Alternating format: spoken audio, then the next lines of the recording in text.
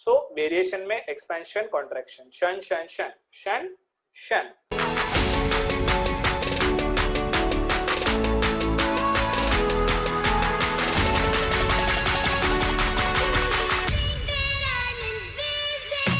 Hello everybody, कैसे हो आप सब लोग? होप सो आप लोग बहुत बढ़िया रहोगे और मैं बहुत खुश हूँ। और वो रीजन है खुश होने का कि चैप्टर 3A का ये लास्ट लेक्चर है। जी हाँ, ये लास्ट लेक्चर है चैप्टर 3A का। सो प्लीज आप ये लेक्चर को अच्छे तरीके से देखना।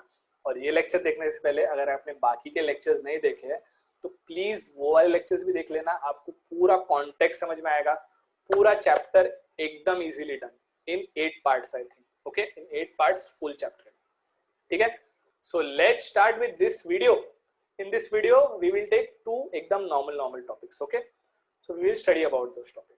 Let's begin. तो सबसे पहला जो हमारा टॉपिक है वो है वेरिएशन इन डिमांड।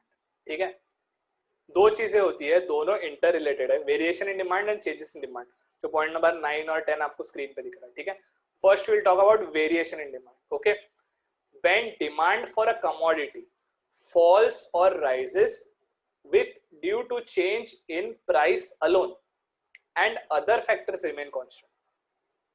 वेरिएशन मतलब क्या? डिमांड फ्लक्चुएट होता है because of change in price.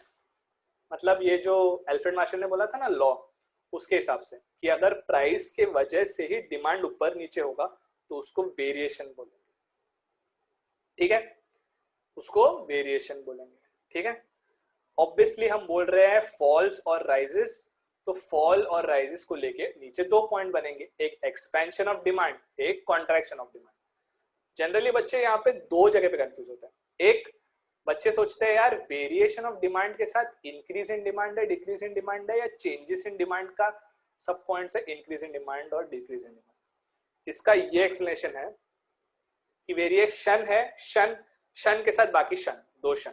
ठीक है, वेरिएशन है शन के साथ बाकी के 2 शन, वेरिएशन के साथ एक्सपेंशन, एक्सपेंशन के साथ कॉन्ट्रैक्शन। ठीक है, तो वेरिएशन, एक्सपेंशन, कॉन्ट्रैक्शन ये एक पॉइंट है और बाकी का एक, मतलब चेंजेस में इंक्रीज डिक्रीज, जो हम आगे पढ़ेंगे। ठीक है, सो वेरिएशन में एक्सपेंशन कॉन्ट्रैक्शन, शन शन शन शन शन। नाउ एक्सपेंशन ऑफ डिमांड मतलब क्या? नॉर्मल एक्सपेंशन का मीनिंग क्या है कि बढ़ रहा है, एक्सपैंड हो रहा है। क्या बढ़ रहा है? डिमांड बढ़ रहा है। ठीक है, so obviously there will be a rise in demand. ठीक है, एंड वेरिएशन में क्या था कि rise in demand or fall in demand because of rise or fall in price. Okay, so rise in demand कभी होगा? राइज इन डिमांड तभी होगा जब फॉल इन प्राइस होगा। बरोबर, डिमांड कभी बढ़ेगा जब प्राइस गिरेगा ऑब्वियसली। बस यही एक्सप्लेनेशन है एक्सपेंशन ऑफ डिमांड का, यही एक्सप्लेनेशन। ठीक है, और कॉन्ट्रैक्शन इन डिमांड का क्या मतलब है? कॉन्ट्रैक्शन मतलब फॉल इन डिमांड, कॉन्ट्रैक्ट हो रहा है ना कुछ चीज, मतलब फॉल इन डिमांड हो रहा है because of obviously rise in price. ठीक है, यही एक्सप्लेनेशन, माँ कसम इतना ही है, कुछ नहीं है अलग। बस इसके बाद में आपको फिगर बनाने पड़ेंगे, डायग्राम बनाने पड़ेंगे। ठीक है, वो डायग्राम मैं आपको बता देता हूँ कैसे। ठीक है, सबसे पहले हम डायग्राम बनाएंगे एक्सपेंशन ऑफ डिमांड का। ठीक है, ये देखो मैं यहाँ पे पहले बनाता हूँ एक्सपेंशन ऑफ डिमांड का। यहाँ पे मैं नेम नहीं कर रहा हूँ बट आपको अभी नेम करना है। यहाँ पे एक्स बार, यहाँ पे एक्स, यहाँ पे वाई डैश, यहाँ पे 0, यहाँ पे वाई। चलो मैंने भी कर दिया। पहले समझो ये ऑब्वियसली, हाँ ये भी सबको पता ही है बट मैं फिर भी एक बार बोल देता हूँ, price and this is DD, quantity demand. ठीक है, ओके, सो समझो प्राइस का ये लेवल है, प्राइस का ये लेवल है और क्वांटिटी डिमांडेड तभी इतना है। ठीक है, तो इन दोनों का जो मिलन होगा वो अप्रोक्सीमेटली किधर होगा? इधर होगा। ठीक है, नाउ एक्सपेंशन क्या बोलता है कि क्वांटिटी डिमांड बढ़ रहा है, एक्सपैंड हो रहा है, expansion in demand, demand is expanding, demand is increasing. When will demand increase? When decrease in price. Okay, so price अगर ये है ऑब्वियसली हम कम कर देंगे somewhere around here, but there is an expansion in demand, so there is an increase in demand. So demand समझो यहाँ आ गया। ठीक है, इसका हम एक रफली देख लेंगे तो इसका कोऑर्डिनेट्स कहाँ मैच हो रहे हैं, इसका समझो कोऑर्डिनेट यहाँ पे मैच हो। ठीक है, तो ये ऐसा डिमांड कर्व बनेगा, मतलब ये हो जाएगा डाउनवर्ड स्लोप पे। ठीक है, अभी हम देखेंगे सेम चीज बट कॉन्ट्रैक्शन ऑफ डिमांड। ठीक है, और एक बना लेंगे, आई होप मेरा फेस से कट नहीं होगा, मैं आपके लिए पूरा बना रहा हूँ, ठीक है। आपको मेरे को थैंक यू बोलना चाहिए, कमेंट में लिखो thank you. y dash x dash x y sir. अच्छा ओके, ये भी पूरा लिखना है Akash. Price, quantity, demanded. Okay, समझो प्राइस जब इतना था तभी क्वांटिटी डिमांडेड इतना था, तो ऑब्वियसली उनका दोनों का मिलन किधर होगा, समझो यहाँ पे होगा, ठीक है। अभी कॉन्ट्रैक्ट हो रहा है, मतलब डिमांड कम हो रहा है। डिमांड कम कभी होगा, डिमांड कम तभी होगा जब प्राइस बढ़ेगा। प्राइस को मैं यहाँ पे बढ़ते हुए दिखा रहा हूँ, डिमांड इतना था उससे कम होते हुए दिखाऊंगा इधर। इसका मिलन किधर होगा, इसका मिलन समवेयर इधर होगा, आई होप, ठीक है।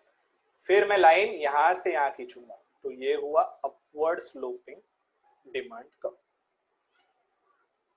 ठीक है। ये एग्जांपल हो गया कॉन्ट्रैक्शन, सॉरी ये वाला हुआ एक्सपेंशन का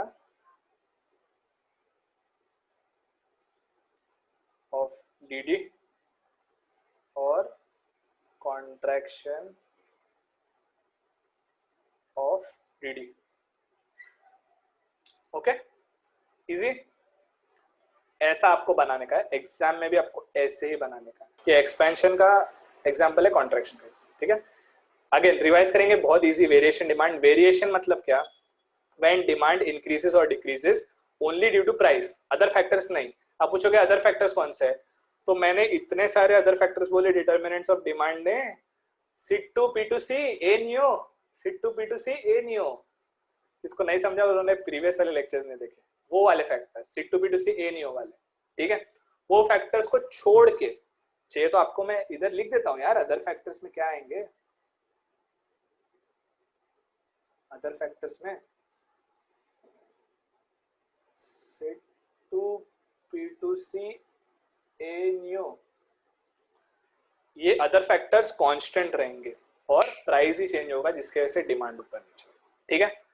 हाँ, और वापस मैंने और एक ट्रिक क्या बोला था, shun shun shun, expansion, contraction, variation. So expansion and contraction are part of variation, ठीक है। एक्सपेंशन ऑफ डिमांड मतलब डिमांड बढ़ रहा है, डिमांड कैसे बढ़ेगा, प्राइस कम होगा तब। कॉन्ट्रैक्शन मतलब डिमांड कम हो रहा है, डिमांड कब कभी होगा, प्राइस बढ़ेगा, ठीक है। उस हिसाब से मैंने यहाँ पे, आपको चाहिए तो मैं यहाँ पे एरोज भी बना के देता हूँ वैसे।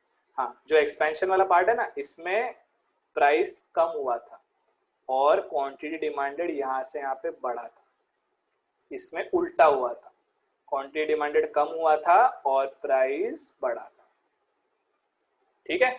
ऐसे downward sloping, upward sloping, okay, easy. Now last concept of this chapter, then this chapter is over. Oh, super. When obviously अभी आपने वेरिएशन में क्या देखा, वेरिएशन में देखा कि डिमांड चेंज हुआ only because of price and other factors remain constant. तो चेंज में क्या होगा, चेंज में इसका एग्जैक्ट ऑपोजिट, कि प्राइस को तुम कांस्टेंट रखो और अदर फैक्टर्स को चेंज करो, ठीक है। पढ़ लेते, इंग्लिश में लिखा है, फॉर्मेलिटी है। When demand for a commodity falls or rises due to change in other factors and price remains constant, other factors कौन से है बच्चों, अदर फैक्टर्स है sit to P to C A new, ठीक है। इंक्रीज इन डिमांड, डिमांड बढ़ रहा है, डिमांड बढ़ेगा, ठीक है, डिमांड बढ़ेगा because there will be change in other factors. ये प्राइस नहीं है, ये मैंने गलत लिख दिया था, ये अदर फैक्टर्स है, इसको मैं चेंज कर लेता हूं जब मैं आपको नोट्स भेजूंगा, ठीक है।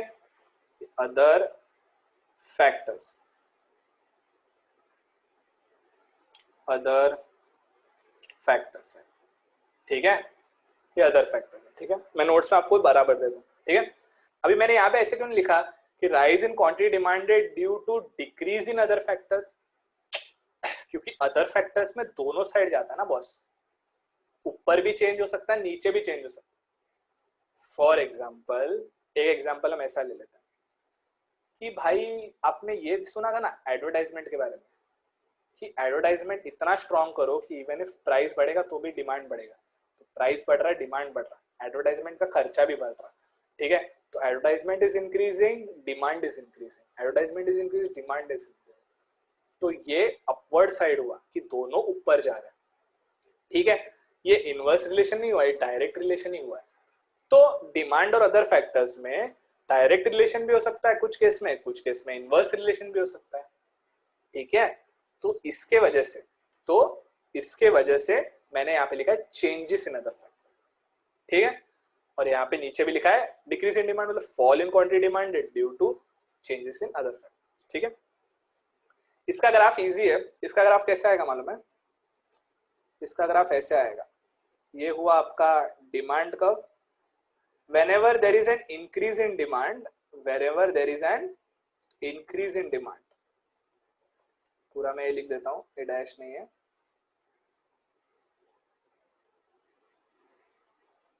सॉरी, यहाँ पे आएगा प्राइस, यहाँ पे आएगा क्वांटिटी डिमांडेड। ठीक है, ये आपका हुआ नॉर्मल डिमांड का। ठीक है, whenever there is increase in demand, ठीक है, मैंने नहीं बोला expansion of demand, मैंने बोला whenever there is increase in demand, demand will shift towards right side, ये होगा न्यू डिमांड का, ऐसे शिफ्ट हो जाएगा डिमांड। तो हम इसको डी नाम देंगे, इसको DD1 नाम दे देंगे। ठीक है, ये ऐसा याद रखना कि whenever there is change in demand, and change in demand के वजह से whenever there is increase in demand, then demand curves will shift towards right hand side. Demand curve right hand side में क्या है ना भाई, DD से DD1 right hand side में गया। ठीक है, सेम डिक्रीज में क्या होगा, लेफ्ट हैंड साइड में शिफ्ट होगा। करेक्ट, ये देखो, ये वाला है decrease in demand, x dash x, y dash y, 0 price quantity demanded.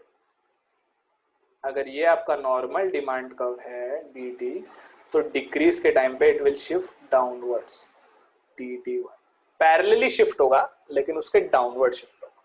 ठीक है, पैरेलली होगा लेकिन डाउनवर्ड होगा। ठीक है, so this is an example of decrease in demand, this is an example of increase in demand. ठीक है, पूरा समझा अच्छे से? वेरिएशन, चेंजेस इन डिमांड, उसका वेरिएशन के अंदर expansion, contraction.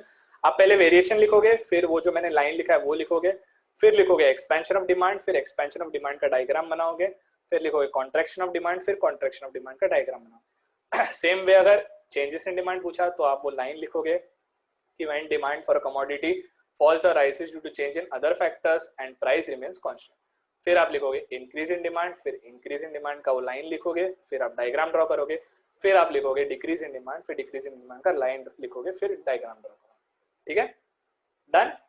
Thank you so much everybody, thank you so much for watching this series. ये होता है हमारा 3A कंप्लीट, 3A पूरा का पूरा chapter of demand analysis complete. I hope ये लेक्चर आपको बहुत बहुत बहुत यूजफुल होंगे।